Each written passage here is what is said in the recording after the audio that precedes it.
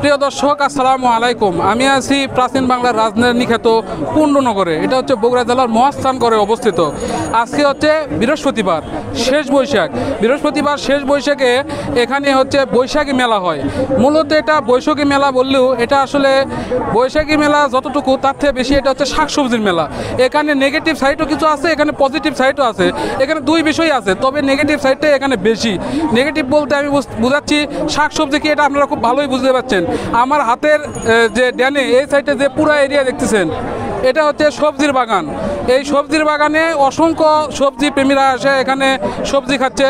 শুধু বগুড়া জেলার মানুষ না, সারা বাংলাদেশ থেকে মানুষজন আসে এই মেলাতে। আজকে কমপক্ষে লাখ লাখ মানুষের সমাগম হয়েছে এই বৈশাখী মেলাতে। এখানে পজিটিভ দিক আছে, এখানে কিছু সাংস্কৃতিক বিষয় যেমন বাউল গান, তবে এবার বাউল গান নিষেধ করা হয়েছে।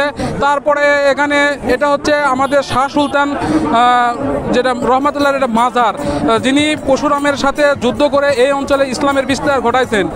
এখানে তাকে সমাহিত করা হয়, এখানে তার মাজার আছে।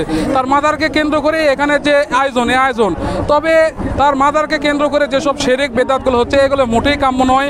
এগুলো ইসলামের সাথে কোনো সম্পর্ক নাই, এটা ইসলামের সাথে সাংঘর্ষিক এক বিষয়। এই মাজারের যে পবিত্রতা রক্ষা করার যে কিছু বিষয় থাকে, সেই বিষয়গুলো এখানে কোনোভাবেই মানা হচ্ছে না। আর যে অবৈধ কাজ কারবারগুলো, এগুলো প্রশাসনের নাকের ডগালে, এবং প্রশাসন এগুলোকে একদম মানে প্রশাসন সাপোর্ট দিচ্ছে, প্রশাসন পাহারা দিয়ে এগুলো করাচ্ছে। পুলিশ বসে আছে এখানে, গঞ্জিকা সেবন মানে শাকসবজি সেবন করতেছে, এবং রাত নামার সাথে সাথে এই জায়গাটা আরও ভয়ঙ্কর হয়ে উঠবে। এখানে তখন মাদক, নারী, জুয়া সব রকমের সব কিছু এখানে শুরু হয়ে যাবে। হাজার হাজার মানুষ আসতেছে, দেখতেছে, মাজার দেখতেছে, তবে মাজারের যে পবিত্রতা বিষয় রক্ষা করতেছে না।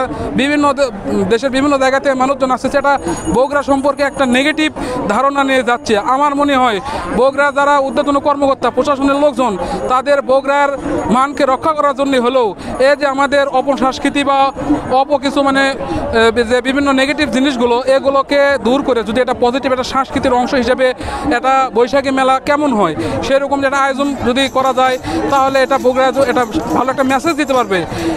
এত পুরাতন মানে বাংলার ইতিহাসে মানে এত পুরাতন নগর আর নেই। মানে যে পুণ্ডবর্ধন সবচেয়ে প্রাচীন নগরী, এটা এক সময় প্রাচীন বাংলার রাজধানী ছিল।